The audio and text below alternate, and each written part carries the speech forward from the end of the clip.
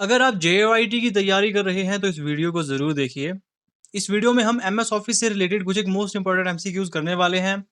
अब जैसे कि सुबह की वीडियो में मैंने आपको एक टारगेट दिया था और आप सभी को पता ही होगा हर रोज़ आपको एक टारगेट दिया जाता है और कहाँ से उस टॉपिक को पढ़ा जाएगा और किस तरीके से पढ़ना है ये भी बताया जाता है। और शाम को उसी टॉपिक पे एमसीक्यूज लेकर हम आते हैं। तो चलिए ज़्यादा वक्त ना ज़ाया करते हुए पहले क्वेश्चन पे आते हैं। माइक्रोसॉफ्ट ने अपने सबसे पहले desktop database management system software MS Access के वर्जन 1.0 को किस वर्ष में लॉन्च किया था? इसका जो सही आंसर होगा वो होगा 1992। अब इसमें कुछ एक चीज़ें मैं आपको बता देता हूँ। माइक्रोसॉफ्ट ने इस वर्जन को नवंबर 1992 में ऑफिशियली रिलीज़ किया था। ये विंडोज़ इन्वायरमेंट पर आधारित सबसे लोकप्रिय डेस्कटॉप रिलेशनल डेटाबेस सॉफ्टवेयर बना। नेक्स्ट की यहाँ पे बात करेंगे एमएस एक्सेस में अगर आपको किसी फील्ड में 255 कैरेक्टर से बड़ा पैराग्राफ या बड़ी डिस्क्रिप्टिव टेक्स्ट स्टोर करनी है तो नए वर्जन में किस डेटा टाइप का उपयोग किया जाता है? अब इसका आपको पता होना चाहिए और जिस बच्चे ने अच्छे तरीके से तैयारी की होगी वो इसका आंसर दे पाएगा। इसमें जो सही उत्तर होगा इसका वो होगा लॉन्ग टेक्स्ट, जिसे मेमो कहा जाता था। अब एक बात ध्यान दे, एमएस एक्सेस के पुराने वर्जन में इसे मेमो कहा जाता था, नए वर्जन में इसे लॉन्ग टेक्स्ट कहते हैं। शॉर्ट टेक्स्ट की लिमिट केवल 255 करैक्टर तक की होती है, जबकि लॉन्ग टेक्स्ट लगभग 65,535 करैक्टर तक डेटा स्टोर कर सकता है। नेक्स्ट क्वेश्चन की बात करेंगे। एमएस एक्सेस 2007 और उसके बाद के सभी नए वर्जन में default database file format extension क्या होता है, जो ACE डेटाबेस इंजन पर चलता है? इसका जो सही आंसर होगा, जो फाइल एक्सटेंशन है इसका, वो ऑप्शन बी है, .ACCDB। एम एस एक्सेस 2007 से पहले .MDB Microsoft database format use होता था, जो जेट इंजन पर चलता था। 2007 से .ACCDB एक्सेस डेटाबेस फॉर्मेट नया स्टैंडर्ड एक्सटेंशन बना जो कॉम्प्लेक्स डेटा टाइप और मल्टी वैल्यूड फील्ड को सपोर्ट करता है। नेक्स्ट क्वेश्चन की हम बात करेंगे। M S access database architecture में बिना किसी कोड को लिखे यूज़र इंटरफेस स्क्रीन तैयार करने और डेटा को डायरेक्टली टेबल में इनपुट या डिस्प्ले करने के लिए किस ऑब्जेक्ट का उपयोग किया जाता है? इसमें जो सही आंसर होगा वो होगा option C, forms. Forms M S access का एक ऐसा ऑब्जेक्ट है जो एंड यूज़र के लिए एक ग्राफिकल इंटरफेस स्क्रीन बनाता है, जिसके ज़रिए डाटा को आसानी से टेबल में एंटर, एडिट या व्यू किया जा सकता है। नेक्स्ट क्वेश्चन की बात हम करते हैं।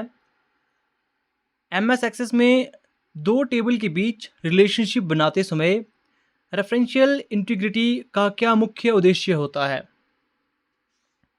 इसका जो सही उत्तर होगा वो होगा किसी रिलेटेड टेबल में ऐसा डेटा रिकॉर्ड को डिलीट या चेंज होने से रोकना जिसे डेटाबेस का रिलेशन टूट जाए, या जिसे ऑर्फन रिकॉर्ड्स कहा जाता है। अब इसमें क्या होता है कि रेफरेंशियल इंटीग्रिटी का नियम दो रिलेटेड टेबल के डेटा के बीच के संबंध को कंसिस्टेंट रखता है।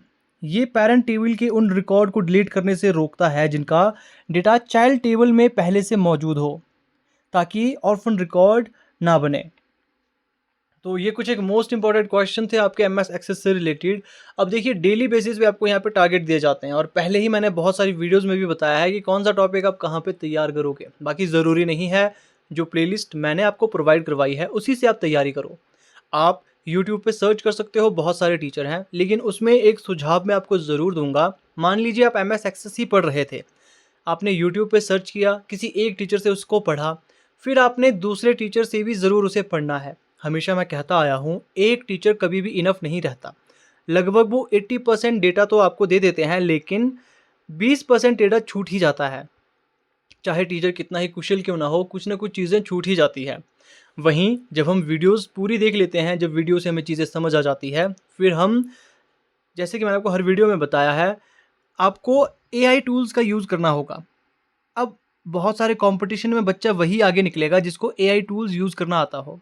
एआई टूल्स आप चैट जीपीटी, जेमिनी या फिर कोई और अगर आप टूल यूज़ करते हो उसे यूज़ करें। फिर एमएस एक्सेस से रिलेटेड सारा रिकॉर्ड और सारा डेटा मांगे, कब आया था, कैसे आया था, इसमें इंपॉर्टेंट चीज़ें क्या है, एआई आपको हर एक चीज़ दे देगा। उसके बाद तीसरा जो प्रोसेस है आपका वो रहेगा मोस्ट इम्पॉर्टेंट, एमसीक्यूज़ आपने लगाने हैं उस टॉपिक से रिलेटेड।